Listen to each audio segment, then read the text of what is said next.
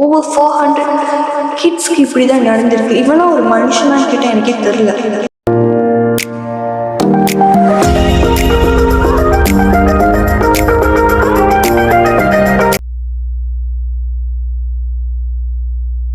Hi guys, it's Sarvini. எல்லாரும் எப்படி இருக்கீங்க? நலமாக இருக்கீங்களா? கண்டிப்பாக நீங்கள் எல்லாரும் நலமாக இருப்பீங்கன்னு நான் நம்புகிறேன்.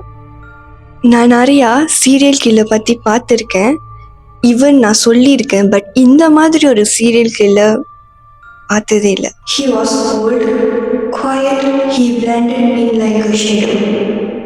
No one suspected that inside this gentle-looking man lived something monstrous. இவரை பார்த்தா ஒரு பொலைட் அண்ட் கைண்ட் பர்சன் மாதிரி இருக்கு. பட் அந்த கைண்ட் அண்ட் பொலைட் பர்சன் உள்ளுக்கு ஒரு ராட்சசன் அடங்கியிருக்காரு. Behind his smile there was a monster, not just to kill but to consume them. கண்டிப்பா நீங்க யோசிப்பீங்க, யார் இவரு, யாரை பத்தி நான் பேசுறேன், யார் அந்த சீரியல் கில்லர்னு. இவரு எனக்கு தெரியல, இவருக்கு நான் ரெஸ்பெக்ட் கொடுத்து பேசணுமா, இவரு அப்படின்னு சொல்லணுமான்னு கூட எனக்கு தெரியல. ஏன்னா இவர் பண்ண அந்த விஷயங்கள் லைக் இவர் ஒரு சீரியல் கில்லரா இல்லை சேடிஸ்டா இல்லை இவர் என்ன சொல்லுறதுன்னு தெரியல.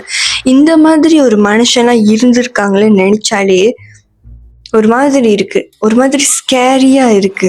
இவர் யாருன்னு தெரியணும்னா கடைசி வரைக்கும் இந்த வீடியோ பாருங்க, நீங்களே யோசிப்பீங்க இந்த மாதிரிலாம் இருந்திருக்காங்களான்னு. இன்னைக்கு நான் யார் பத்தி பேச போறேன்னா த serial killer Albert fish. So time waste பண்ணாம கதைக்கு போகலாம். சிசிடிவி, டிஎன்ஏ டெஸ்ட், ஈவன் அந்த காலத்துல இந்த மாதிரி கொடூரமான ஒரு மனுஷன் இருந்திருக்காங்களான்னு கேட்டாக்கா ஆச்சரியமாக தான் இருக்கு. ஆக்சுவலி இவர் பேரு ஆல்பர்ட் ஃபிஷ். பட் இந்த உலகத்துக்கு இவரை the grey man, the werewolf and the Brooklyn vampire சொன்னாதான் தெரியும். May 19, 1870 ஆல்பர்ட் ஃபிஷ் பிறக்கிறாரு வாஷிங்டன்ல. இவரோட பர்த் நேம் என்னதுன்னா ஹாமில்டன் ஹாவர்ட் ஃபிஷ். ஆல்பர்ட் அவங்க வீட்டிலேயே த யங்கஸ்ட் சைல்டு அண்ட் அவருக்கு 3 older siblings இருக்காங்க. ஆல்பர்ட்டோட அம்மா அண்ட் அப்பாவுக்கு 43 years ஏஜ் டிஃப்ரென்ஸ் இருக்கு. அண்ட் ஈவன் ஆல்பர்ட் பிறக்கும் போது அவங்க அப்பாவுக்கு 75 வயசு, அதாவது 75 years old. ஆல்பர்ட்டோட ஃபேமிலிக்கு ஹிஸ்ட்ரி ஆஃப் மென்டல் இல்னஸ் இருக்கு.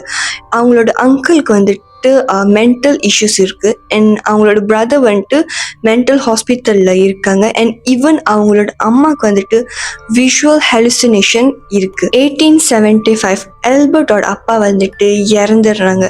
ஸோ ஆல்பர்ட்டோட அம்மா என்ன பண்றாங்கன்னா ஆல்பர்ட்டு போய் ஆர்ஃபனேஜ்ல விட்டுடுறாங்க because of financial issues. But அந்த ஆர்ஃபனேஜ்லேருந்து தான் எல்லாமே ஸ்டார்ட் ஆகுது. நீங்கள் நினைக்கிற மாதிரி அந்த காலத்தில் ஆர்ஃபனேஜ் நல்லா ட்ரீட் பண்ணுவாங்க, நல்லா பார்த்துக்குவாங்கன்னா இல்லை. நீங்கள் யோசிச்சு பாருங்கள். லைக் நான் சொல்கிறது 18th century தெரியுமா, நாட் 19. ஸோ 18th century நீங்கள் லைக் ஈவன் நீங்கள் கூகுளில் கூட போய் தேடலாம். அந்த டைமில் எப்படி ட்ரீட் பண்ணுவாங்கன்னு உங்களுக்கு தெரியும். ரொம்ப மோசமாக ட்ரீட் பண்ணுவாங்க. ஸோ ஆப்வியஸ்லி ஆல்பர்ட்டையும் அப்படி தான் ட்ரீட் பண்ணியிருக்காங்க. அந்த ஆர்ஃபனேஜில் ஆல்பர்ட் ஃப்ரீக்வெண்ட்லி ஃபிசிக்கலாக அப்யூஸ் பண்ணியிருக்காங்க, ரொம்ப மோசமாக அடிப்பாங்க. பட் போக போக ஆல்பர்ட்க்கு அந்த பெயினை பிடிக்க ஆரம்பிச்சிருச்சு. நான் என்ன சொல்ல வரேன்னா, ஒரு ஆள் நம்மளை அடித்தாங்கன்னா நம்மளுக்கு வலிக்கும் தானே. ஆனால் ஆல்பர்ட்க்கு இந்த வலி தான் அவருக்கு பிடிச்சிருக்குன்னு சொல்கிறாரு. 1880 அப்போ ஆல்பர்ட்டோட அம்மாவுக்கு கவர்மெண்ட் ஜாப் கிடைச்சிருச்சு. ஸோ அவங்களோட ஃபைனான்ஷியல் இப்போ ஒரு அளவுக்கு ஓகேயா இருக்கு. இப்போ அவங்க என்ன பண்றாங்கன்னா ஆல்பர்ட் ஆர்ஃபனேஜ்லேருந்து கூட்டிட்டு வந்துடுறாங்க. 1882 அப்போ ஆல்பர்ட்க்கு 12 வயசு ஆகுது, அதாவது 12 years old ஆகுது. ஸோ அப்போ அவருக்கு ஒரு ஃப்ரெண்ட் கிடைக்கிறாங்க. அண்ட் கிடைச்ச ஃப்ரெண்ட் அதுக்கு மேலே அவங்க ஒரு வியர்டான பழக்க வழக்கத்தை சொல்லி கொடுத்துருக்காங்க. என்னதுன்னா ட்ரிங்க் யூரின் குடிக்க சொல்லியிருக்காங்க. அண்ட் இட்டிங் ஃபீசிஸ், அதாவது ஷிட் தெரியும்ல, ஷிட்டை சாப்பிட சொல்லி கொடுத்துருக்காங்க. அண்ட் அந்த ஆல்பர்ட்டும் அது பண்ணியிருக்காங்க. 1890 அப்போ ஆல்பர்ட்க்கு 20 வயசு ஆகுது. ஸோ அவர் move to New York city. And அங்கே போய் என்ன பண்ணியிருக்காங்கன்னா molest and rape boys who are younger than 6 வயசு, லைக் 6 வயசு கீழே இருக்கிற பிள்ளைங்களாம் பார்த்து அந்த மாதிரி பிஹேவியர் பண்ணியிருக்காங்க. 1898 வந்துட்டு ஆல்பர்ட்க்கு வந்து அரேஞ்ச் மேரேஜ் நடக்குது. யார் கூடனா ஏனா மேரி ஹாஃப்மேன். ஏனா வந்துட்டு 9 years younger then Albert. And அவங்களுக்கு வந்து 6 பிள்ளைங்க பிறக்குறாங்க. 1970 அப்போ ஆல்பர்ட்டோட ஒய்ஃப் ஏனா வந்துட்டு ஆல்பர்ட்டை பிரிஞ்சு போறாங்க.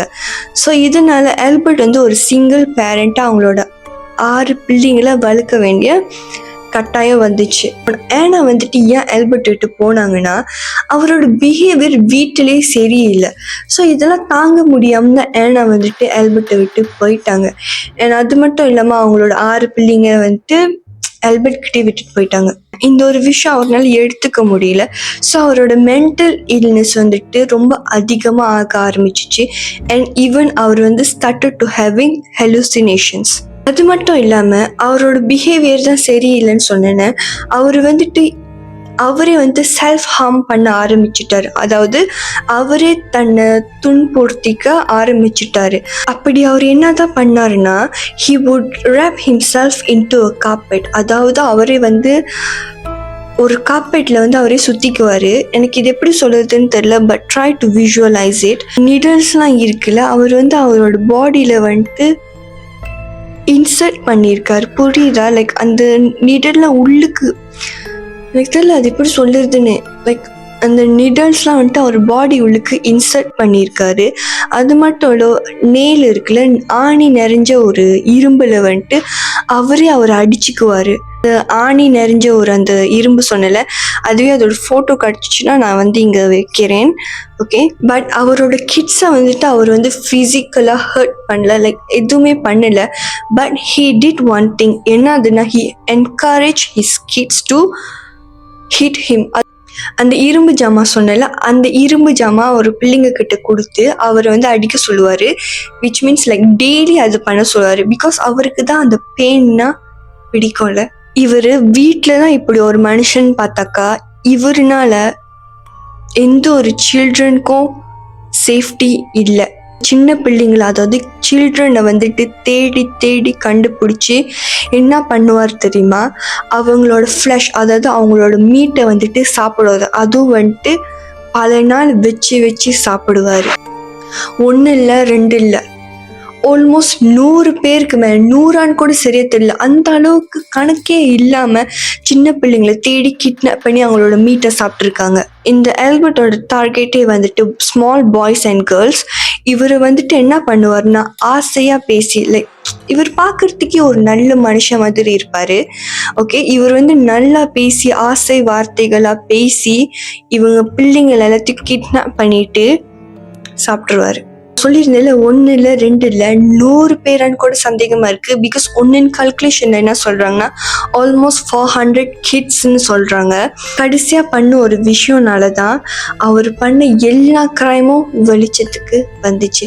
இல்லைன்னா எனக்கு தெரிஞ்சு கண்டிப்பாக வந்திருக்காரு. இந்த ஒரு விஷயம்னால தான். ஸோ அவர் தொக்கா மாட்டின கதை கேட்குறீங்களா? The murder of Grace Budd. May 25, 1928 Albert வந்து ஒரு அட்வர்டைஸ்மெண்ட் பார்க்குறாங்க. தட் எட்வர்ட் பட் வந்துட்டு வேலைக்கு வந்து அட்வர்டைஸ்மெண்ட் கொடுத்துருக்காங்க. That he needs a job. So இந்த அட்வர்டைஸ்மெண்ட் பார்த்துட்டு 58 வயதான ஆல்பர்ட் என்ன பண்ணியிருக்காங்கன்னா இவர் வந்துட்டு எட்வர்ட் ஃபேமிலியை விசிட் பண்ணியிருக்காங்க. May 25 அந்த வீட்டுக்கு போயிட்டோன்னே ஆல்பர்ட் வந்து எப்படி அவரை இன்ட்ரடியூஸ் பண்ணுறாருன்னா அவர் பேர் வந்துட்டு ஃப்ராங்க் ஹாவர்ட்னு சொல்லி இன்ட்ரடியூஸ் பண்ணுறாரு.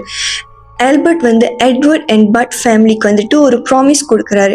என்னதுன்னா உங்களோட பையன் எட்வர்ட்க்கு வந்துட்டு என்கிட்ட வேலை இருக்குது, ஸோ நீங்கள் வந்து அனுப்பி விடுங்க, நான் நல்லா பார்த்துக்கிறேன், எனக்கு கண்டிப்பாக ஒரு நல்ல வேலையும் இருக்குன்னு சொல்லி ப்ராமிஸ் பண்ணியிருக்காரு.